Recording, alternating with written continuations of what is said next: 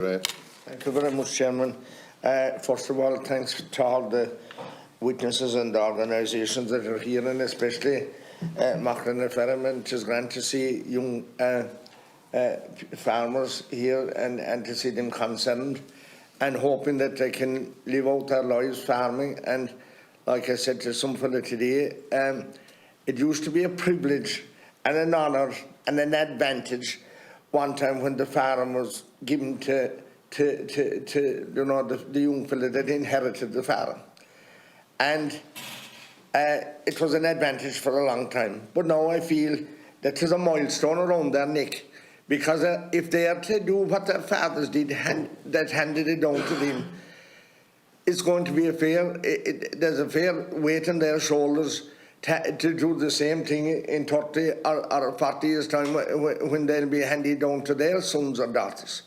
And that's the worry that I have. And when you hear this kind of a carry on about re-wetting lands, after farmers in our side of the country anyway, including myself, getting grants to drain places, I broke my leg in a drain when the stone fell in on top of it. So I know what it is, and it actually, I boil with temper when I hear of this carry on, that this is going to happen. And what could be the result of this is that farmers will be forced to carry this out. And like the young fella said here about what's the next fella doing. But I could carry it to my own fields and show you the upper part of the field might be a Mandaty field, but we drained it all the way down and across and over to catch the water wherever it was. So if where is the line going to be drawn? And in fields like that, we're going to rip them asunder, and where we've been cutting silage for many years now, that we'll only have half the field left. I mean, and it could be different in better land, but I have to talk about my own side of the country, and I'm on the other side of the hill from Dermot Kelleher, and I took the presenter from Kerry Radio up to the top of one, we'll say, elevated point in Kilgarvan, and I asked him, I said, what do you make out of what you see there now? And you see, all you have in places like Kilgarvan, and that's replicated all around South Kerry, and over down into Ballingeary, which is north West Cork, and then over the other hill and down into South West Cork. All those places, all you have is a few fields, Chairman, maybe in one corner of the place, and the rest of it is all bushes, bog, rock, every kind of misfortune that you could ever think of. There's places you couldn't even walk through. And I said to him, how much of that ground is being fertilised? And I mean, and then we'll say in the ground that is green by some of these fellas, that's peaty ground. It's black ground, as we call it, and 'tis reclaimed ground.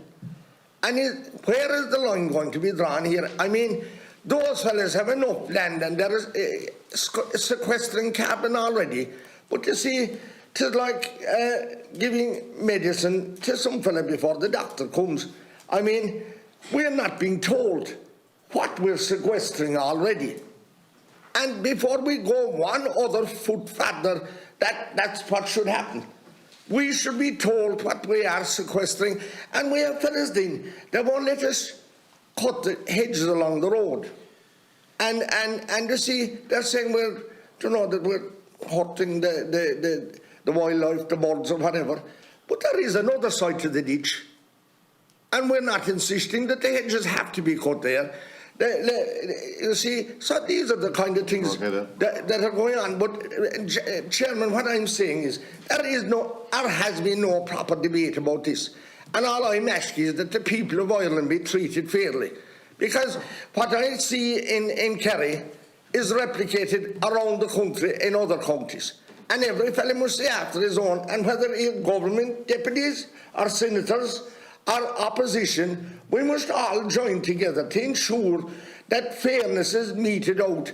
And look, we're all on the one page as far as helping the environment, But we can't blame the farmer or drive fellas down into boroughs and ensure that they won't have a livelihood, and that the likes of these young fellas will finish up immigrating or something. We must all fight this, and we must ask for clarity, and there must be a proper debate before we go any further about re-wetting land, because you're going to hurt farmers and close. It could be the death knell of rural Ireland and of rural places that I represent. Okay. So, I'm grateful to Chairman, but we need to be honest with the people we're representing. Okay, Deputy Flaherty.